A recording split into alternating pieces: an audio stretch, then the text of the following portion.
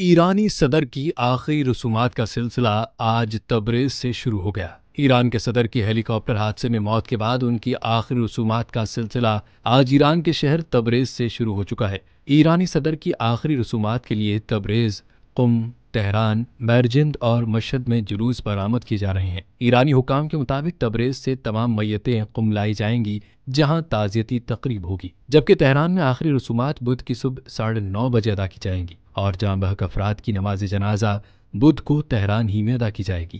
صدر رئیسی اور حادثے میں جاں بحق ہونے والے دیگر افراد کی نماز جنازہ سپریم لیڈر آیت اللہ خامنہئی پڑھائیں گے۔ ابراہیم رئیسی کی تدفین جمعے کی شب مشہد میں امام رضا کے روضے کے احاطے میں کی جائے گی۔